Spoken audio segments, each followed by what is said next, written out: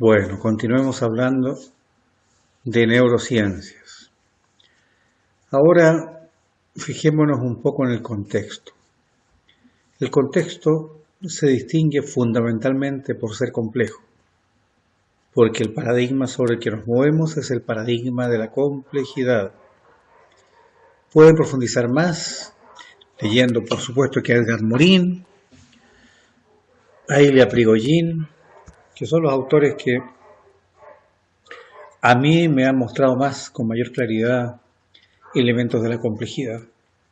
Somos seres complejos en un mundo complejo que se desarrolla en una sociedad compleja, en un contexto complejo. Siempre requerimos para analizar nuestro contexto de realidades variables, visiones múltiples, nunca estáticas, siempre en movimiento. Ni siquiera nosotros mismos somos iguales todo el tiempo. No somos hoy lo que fuimos ayer, ni lo que podemos ser mañana. Ni si estamos contentos, alegres, relajados o enojados o con miedo.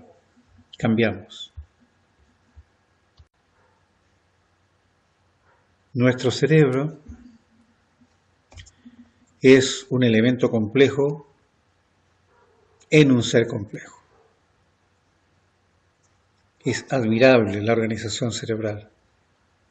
Si ustedes miran lo que planteó Paul MacLean hace ya bastantes años, encontrarán, está la dirección web en la misma diapo, que realmente tenemos tres cerebros.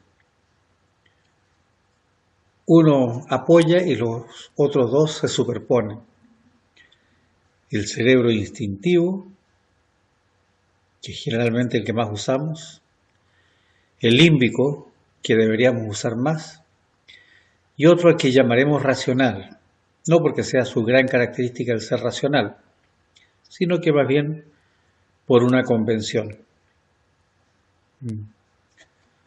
Lo racional o la razón no es necesariamente lo adecuado o lo correcto. El siglo XX se llenó de guerras, todas justificadas por la razón. Me gusta recalcar una frase de esta diapo. ¿Ha visto usted una gallina enamorada? Bueno, nuestro primer cerebro, el cerebro instintivo que está en la base de la estructura cerebral, fue el cerebro que permitió los 70 millones de años de evolución de los reptiles. Es el cerebro que controla nuestra respiración, nuestro latido cardíaco, la reacción ataque-huida, la territorialidad especialmente. Es el cerebro que hace que cuando los dragones de Komodo tienen hambre y recuerdan dónde enterraron sus huevos y la fecha en que van a empezar a nacer sus hijos, van tranquilamente a ese lugar a esperar que nazcan pronto para comérselos y no compartirlos con otros lagartos. Ese es nuestro cerebro reptil. Atención al uso de él. El cerebro reptil se preocupa mucho de la territorialidad, y esa territorialidad puede ser real o no, pero se siente amenazado y cuando se siente amenazado, actúa, propone acciones. Si algo se usó por 70 millones de años, no puede ser tan malo. O sea, el cerebro reptil tiene muchos elementos positivos, evolutivos. Las últimas investigaciones, justamente de neurociencia, demuestran que pájaros y peces tienen racionalidad, una racionalidad efectiva. Los pájaros usan herramientas, múltiples herramientas, fabrican espacios para vivir, bastante complejos en algunos casos. Los peces tienen comunicación grupal, incluso ustedes podrán buscar artículos en los que se habla del canto de los peces, los cardúmenes de peces cantando. Interesante, es interesante. Es interesante cómo se organizan, por ejemplo, los pájaros para atacar a un predador, por ejemplo, para atacar a un gato, para atacar a un halcón. Así que no menospreciemos el cerebro reptil. El sistema límbico está en la zona central del cerebro, igual en nosotros que en todos los demás mamíferos. Los elementos especialmente importantes en este cerebro son el hipotálamo y la pituitaria. La pituitaria, según ciertas enseñanzas místicas, vendría a ser el tercer ojo, que no significa que sea un tercer ojo para ver como perciben los otros dos ojos, sino que es para visión interior justamente. Bueno, si ustedes analizan los libros actuales de neurociencia, verán que la pituitaria está encargada de percibir algunas cosas y de modificarlas. Interesante. Este cerebro mamífero es el cerebro emotivo y de control emotivo, el que nos permite también llorar a veces lágrimas de cocodrilo, pero el cocodrilo nunca llora, pobre. Nosotros somos los que generamos las emociones que nos permiten modificar nuestro comportamiento fuertemente según nuestras emociones. Los mamíferos, todos los mamíferos. Y en este punto quiero recordar a escritores que tienen muy buenos libros sobre neurociencias, que recomiendo por supuesto, como el doctor Facundo Manes, y el doctor Stanislao no sé cómo se pronuncia, Bachrach, no lo he escuchado nunca a él pronunciando su apellido, por lo tanto no sé cómo se pronuncia bien. Son libros interesantes, muy interesantes, con una postura clara con respecto a la neurociencia. El cerebro que se inicia en los mamíferos, el cerebro paleomamífero, marca la evolución, la larga evolución que ha tenido este cerebro mamífero. De esta masa de seres vivos que pretendieron evolucionar, haciendo evolucionar justamente su cerebro. El cerebro límbico nos ayuda en nuestra sexualidad, en nuestras sensaciones y percepciones de sed, de hambre, necesidades metabólicas y, atención, muy fuerte participación en la función inmune. Por eso algunos neurocientistas actuales hablan acerca de la influencia del cerebro en nuestro estado de salud. Atención a ello. Lo emotivo y lo intuitivo influyen fuertemente en lo que queremos hacer, en nuestros objetivos. ¿Quiénes son los responsables de ello? La pituitaria y el hipotálamo. Lo emotivo tiene más influencia en nuestro comportamiento que lo que decimos racional, porque muchas veces la racionalidad la construimos desde lo emotivo. También desde aquí se controla la salud y la memoria, lo cual también quiere decir que la salud es subjetiva y la memoria es subjetiva. Están afectadas ambas por lo emotivo. Recordamos lo que queremos recordar, olvidamos lo que queremos olvidar. Bien, estamos mejor, estamos en un estado de salud cuando sentimos que tenemos que estar en un estado de salud y no sentimos ataques que nos ataquen ese estado de salud. La emotividad, nuestra emotividad, influye entonces sobre la salud y la memoria. Esto es especialmente importante cuando nos estamos dedicando a formar adolescentes, quienes tienen una alta percepción de su estado de salud mental, física y psicológica en un momento determinado. Con lo cual, mientras esa parte no esté resuelta, no están en condiciones de realizar buenos aprendizajes. Busque ejemplos en su contexto, observe, analice y concluya varias veces. ¿Por qué los niños en las tribus aprendían jugando? Jugaban a cazar, ¿cierto?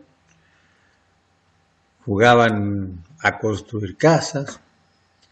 Y cuando llegaba el momento de ser prehombres, preadultos, premujeres, se reunían con los grupos de adultos que los iniciaban, les enseñaban ya el hecho real, el hecho en sí. Porque en esos espacios se potenciaba en primer lugar lo emotivo y luego desde lo emotivo se pasaba a construir aprendizajes. Por eso, la resolución de problemas es una metodología positiva de enseñanza y de aprendizaje porque nos desafía y nos genera un reto que afecta a nuestra emotividad. Al mismo tiempo lo hacen los juegos de rol, los trabajos colaborativos y grupales con entornos y contextos y grupos con los que nos sintamos agradablemente identificados. Se trata de que las endorfinas actúen como selladores del proceso de enseñanza-aprendizaje. Salud. Las endorfinas apoyan este proceso actuando como elementos fijadores, ayudando a fijar el estado de aprendizaje. Son los aceites lubricantes de las conexiones neuronales. De aquí entonces felicitemos a Daniel Goleman, que es el primer escritor que se atreve a lanzar un libro en serio sobre el tema de la inteligencia emocional. Su libro ya tiene unos 20 años, pero sigue siendo tremendamente interesante. En esta diapo les muestro además una dirección web en la cual pueden buscar mayores elementos que les ayudan a justificar la importancia de la inteligencia emocional y las actividades que generan placer en el proceso de aprendizaje. Si no generamos placer en el proceso de aprendizaje, será mucho más difícil obtener aprendizaje. Implica que si mantenemos las aulas como parte de los procesos educativos y mantenemos las escuelas, cosas que en este momento están en juego, las tenemos que mantener lúdicas, alegres, porque allí es donde se aprende. Miren el ejemplo de San Luis, aquí en Argentina, donde están partiendo con una nueva iniciativa de escuelas, las llamadas escuelas generativas. Atención, pueden ser elementos importantes. Las artes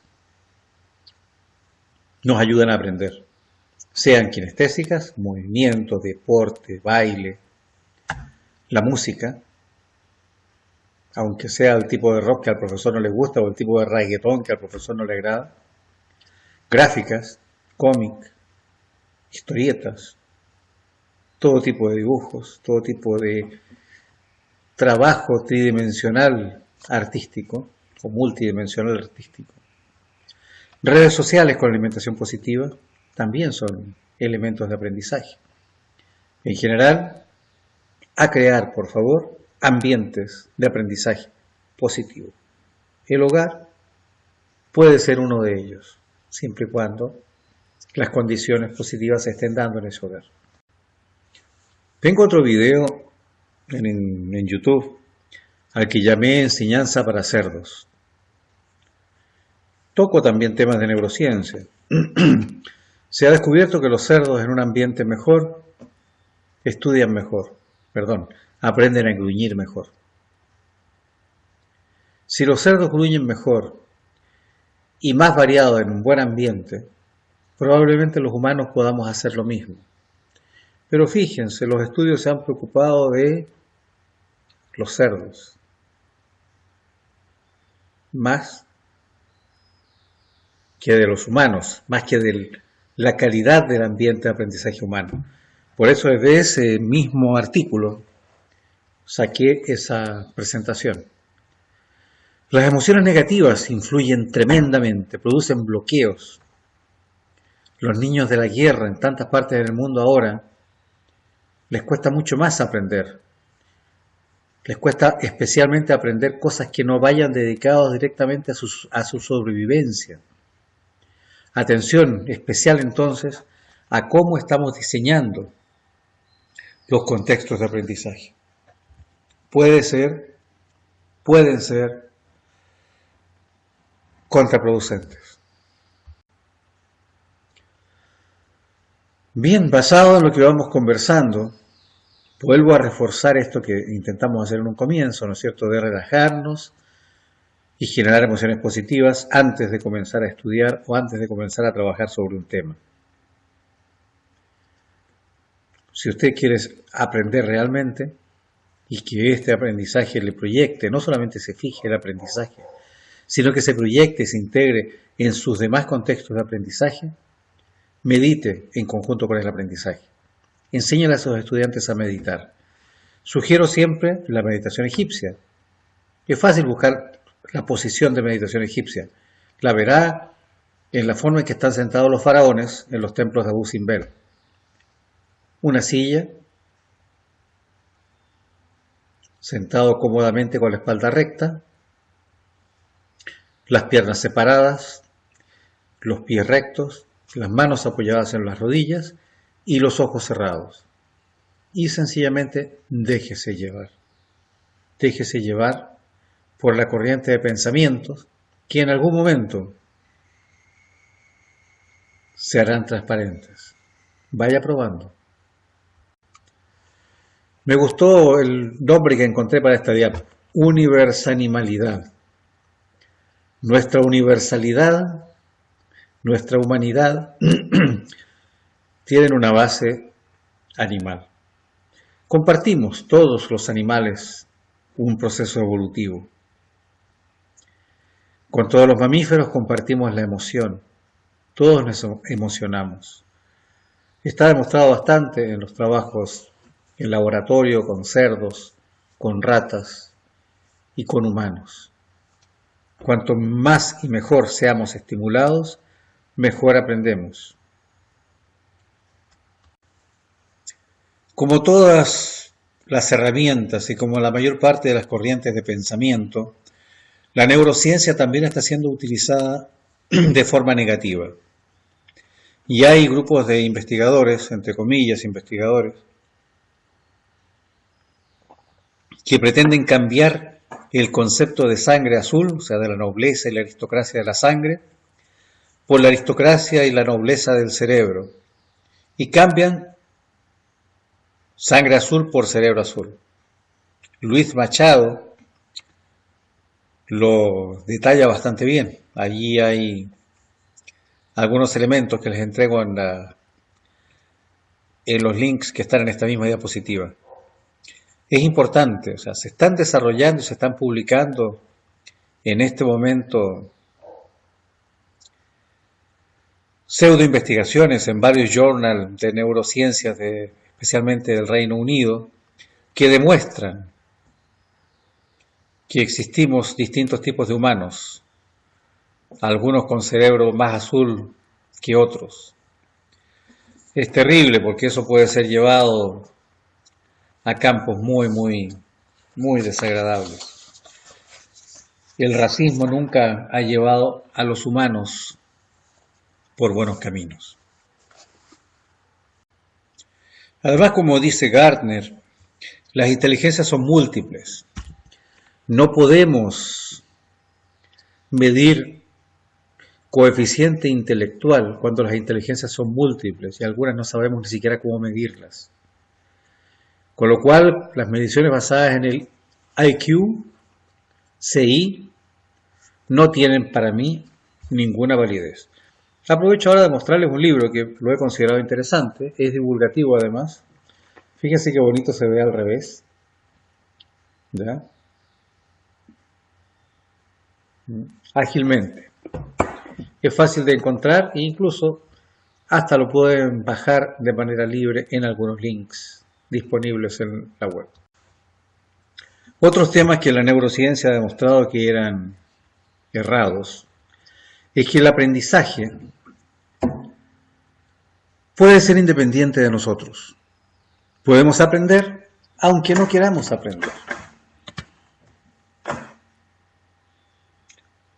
Podemos aprender sin darnos cuenta que estamos aprendiendo.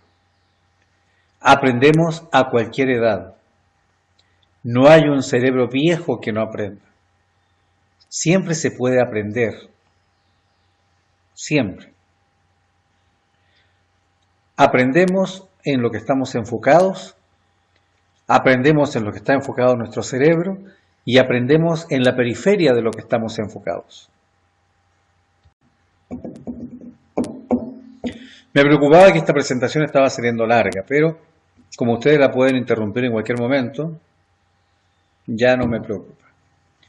Colin Rose, el autor de Aprendizaje Acelerado para el siglo XXI, uno de los primeros pensadores muy interesantes que relaciona la neurociencia con el aprendizaje, tiene una excelente imagen con respecto al cerebro y es una mano empuñada cubierta por la otra. La muñeca de la mano empuñada, esta, representa el cerebro reptil y la que la cubre, el neomamífero, el cerebro mamífero.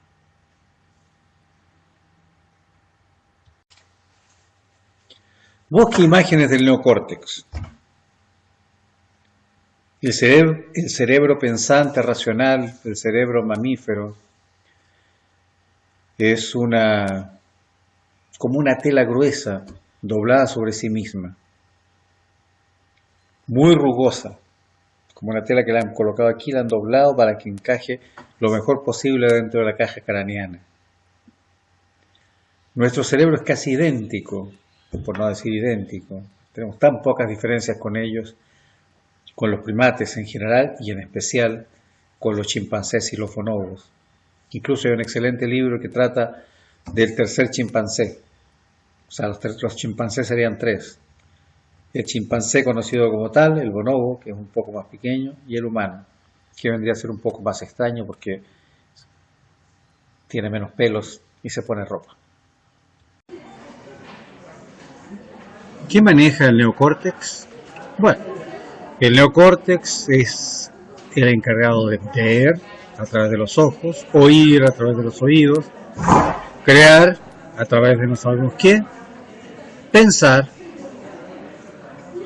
tampoco sabemos a través de qué, hablar, bueno, ya lo vemos a través de la boca, toma de decisiones, organizar el mundo que percibimos y almacenar las experiencias en distintas cajitas de acuerdo al nivel de emotividad con que hayamos guardado cada una de ellas.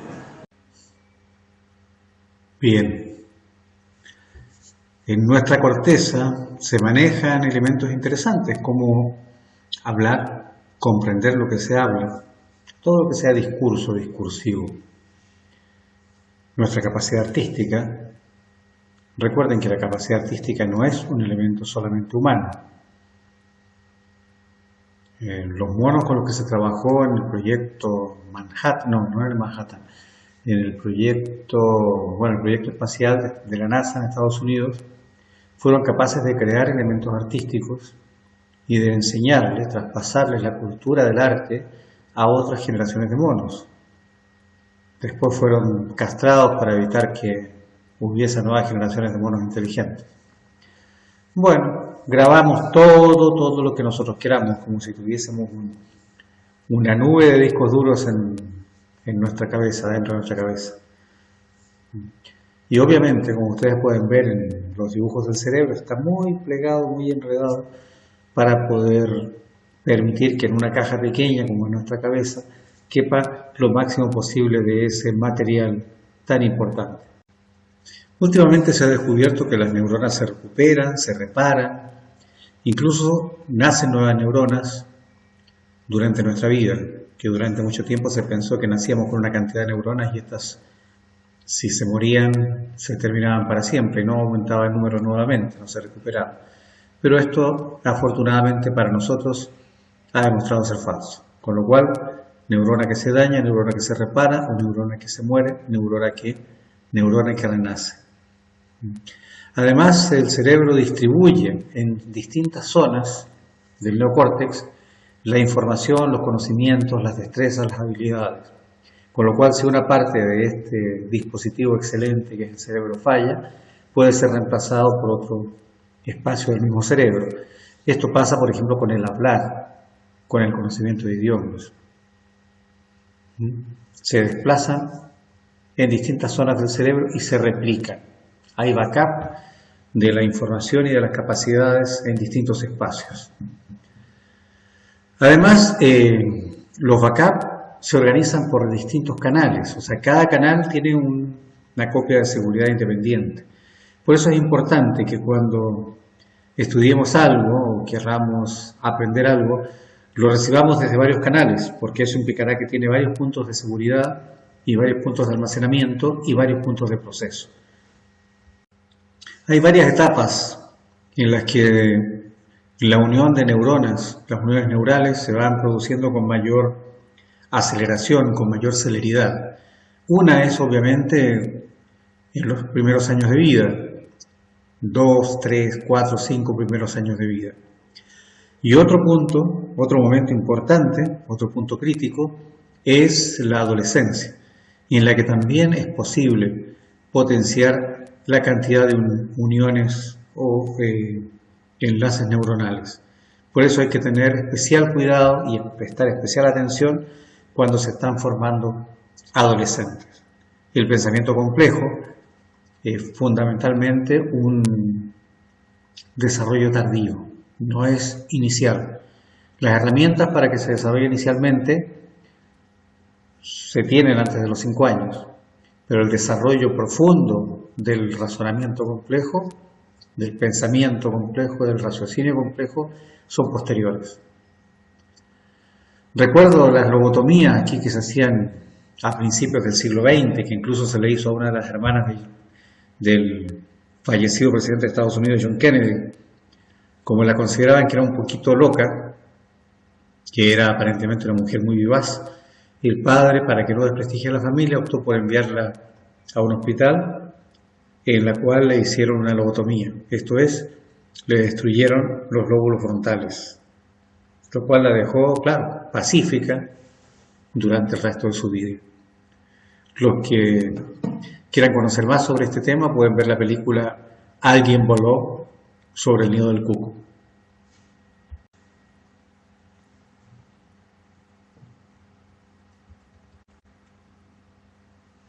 ¿Cuáles de los elementos que nombramos aquí en esta diapo son propiamente humanos? La compasión, creeríamos que sí. Hay muchos humanos que no la tienen, pero sí hay muchos mamíferos que la tienen. Gracias a Internet, gracias a YouTube, podemos ver escenas de compasión en perros, en monos de distinto tipo, en varios tipos de animales. Altruismo, la justicia. El sentido de justicia es más difícil de buscar en evidencia animal. La empatía sí que es fácil de encontrar, digamos. A todos nos ha pasado que a algún perro le caemos bien y a otro nos cae mal, y el que nos cae mal nos quiere quedarse con un pedacito de nosotros de recuerdo. La comprensión de la otredad y de cuidar a los otros, entendiendo que nosotros somos los otros de los otros, es un elemento importante. Es un elemento importante. Escuchaba recién a un votante norteamericano de origen mexicano que votaba a Trump, porque decía que no quería que otros mexicanos llegaran a Estados Unidos a competir con él por su lugar de trabajo. Poca empatía con el otro, ¿no? Poco altruismo. Pero es parte de nuestra humanidad. Probablemente una educación mejor nos ayudaría con eso. No se sabe cómo se piensa, cómo se desarrolla el pensamiento.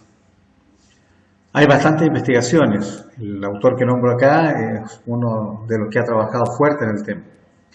Aparentemente son corrientes eléctricas que derivan desde varios puntos del cerebro, las que confluyen y permiten llevar a cabo el proceso de pensar. Son circuitos neuronales elásticos y variables los que se forman y permiten eso. De todas formas, si ustedes ya han visto también el video del profesor francés, que es traducido al castellano, no quiero decir el nombre ahora, porque espero que lo vean, podrán comprender que también existen unas posturas diferentes. Hay otro libro que recomiendo, se llama Un puente para dos miradas. Fue escrito por Francisco Varela en 1997. Como pueden ver, es un texto antiguo, tiene prácticamente 20 años. La ventaja de este texto es que permite el diálogo entre la ciencia y las religiones. Y se hace la misma pregunta a científicos y a religiosos.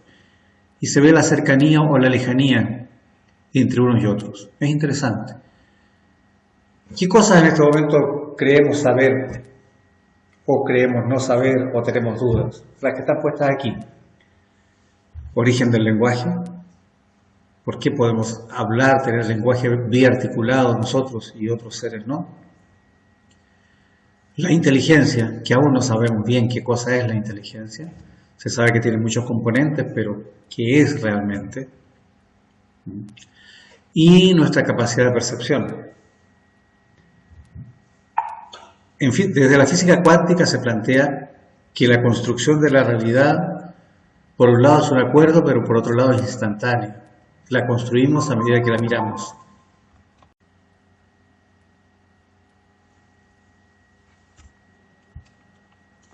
Bueno, justamente el libro del que les hablaba en la diapo anterior y algunos sitios web para que profundicen, por favor, lo que estamos hablando.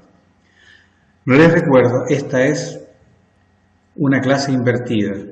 La idea es que cuando nos reunamos físicamente a trabajar, ustedes esto lo hayan mirado, le hayan dado una vuelta y podamos discutir, incluso hasta pelearnos con respecto a las cosas que aquí se están diciendo.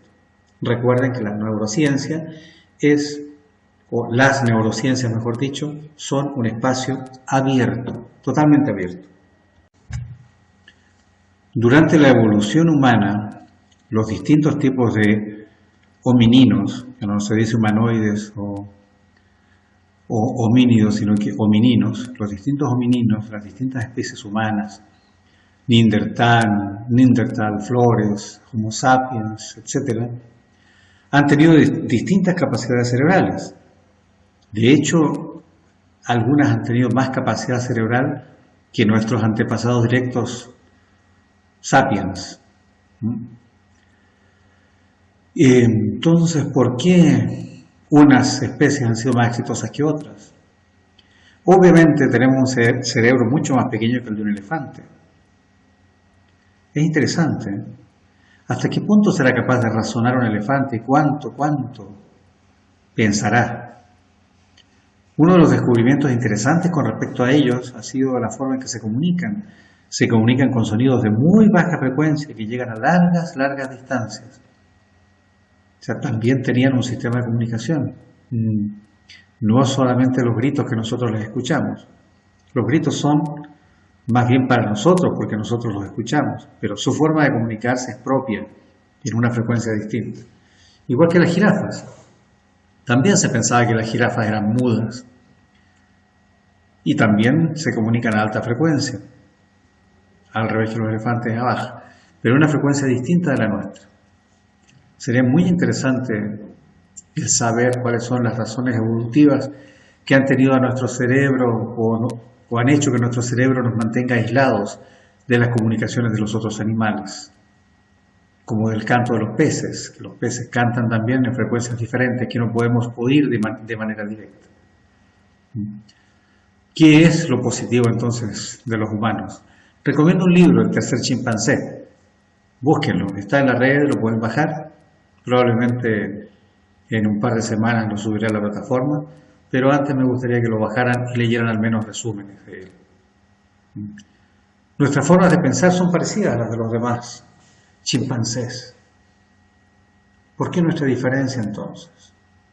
Se ha encontrado que los chimpancés elaboran herramientas, tienen el pulgar opuesto, elaboran estrategias, tienen guerras, cazan.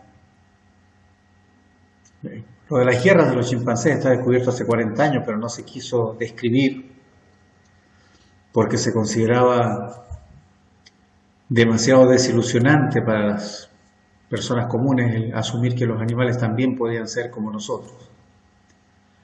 Pero se han descrito guerras entre comunidades de chimpancés en que una comunidad extermina completamente a la otra y en que varios chimpancés matan a alguno que estaba antes con ellos y que después estaba en una comunidad diferente. Terrible el tema en muchos puntos. Un cerebro creativo, un cerebro racional. No es verdad. Esta propuesta del Dr. Sperry de los años 50 se hizo muy popular, pero no es efectiva. Por favor, abandónenla. Ambos hemisferios cerebrales que están involucrados en las tareas de pensar, de decidir, de almacenar. Se reparten tareas y son backup el uno del otro. No son espacios separados e independientes.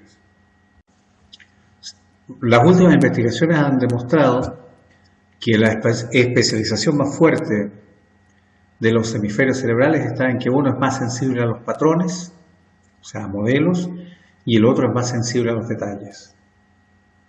Solo eso. Coeficiente intelectual, un cuento que ha durado 60 años y que realmente no sirve de mucho. Con suerte mide la inteligencia lógico-matemática o algunos aspectos de otras inteligencias, pero no sirve. Fue creado por el ejército de Estados Unidos en su momento para ver o analizar, digamos, los estados de los soldados y sus capacidades para ver a quiénes podían pasar a oficiales, quiénes podían dedicarse a determinadas tareas. No es realmente un elemento válido. Hay personas con coeficiente intelectual muy alto que no tienen ninguna experticia en vivir y personas con un coeficiente intelectual bajo que pueden llegar a ser presidentes de países muy poderosos del mundo o generales o grandes músicos. No, el coeficiente intelectual no determina nada. Es un error y es un problema el utilizarlo. Y no es nada de que enorgullecerse.